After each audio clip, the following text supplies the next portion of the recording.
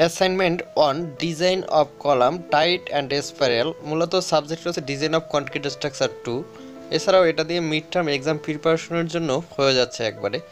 প্রথমে design of কলামের tight and spiral কলামের 4টা প্রশ্ন এখানে উল্লেখ করা আছে, problem 1, problem 2 and problem 3 and 4, এবং এর সাথে ওয়ালিউল স্যারের মিড টার্ম সিলেবাস দেওয়া আছে এবং সে কোথা থেকে প্রশ্নগুলো করবে।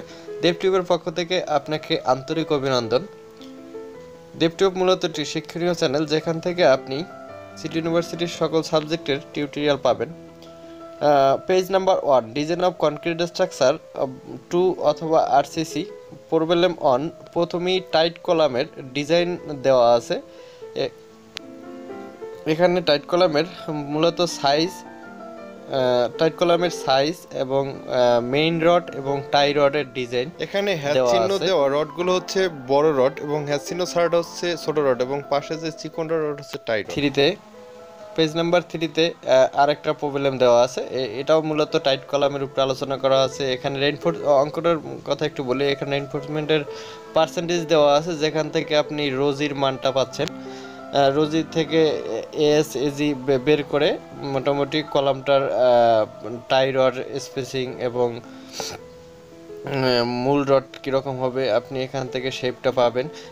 মূলত এই যে রডগুলো হ্যাসিনো দাও, এটা হচ্ছে বড় রডটা এবং হ্যাসিনো ছাড়া যেটা এটা ছোটো রড।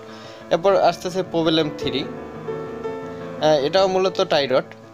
এখানে আগের অঙ্কগুলোর মধ্যে থেকে একটু কথা বলি। যেই চিহ্নগুলো হ্যাচ চিহ্ন দাও, যে রডের মধ্যেগুলো খাঁজ কাটা আছে, এটা হচ্ছে মেইন রড এবং যেটা ফাঁকা এটা হচ্ছে টাই রড।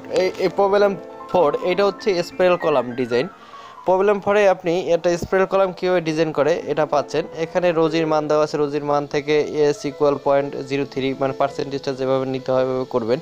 এভাবে স্পাইরাল ডিজাইন মূলত টাইট কলাম আর স্পাইরাল কলামের মধ্যে শুধুমাত্র স্পেসিংটাই একটু ডিফারেন্ট, এছাড়া মিনিমামগুলো সেম।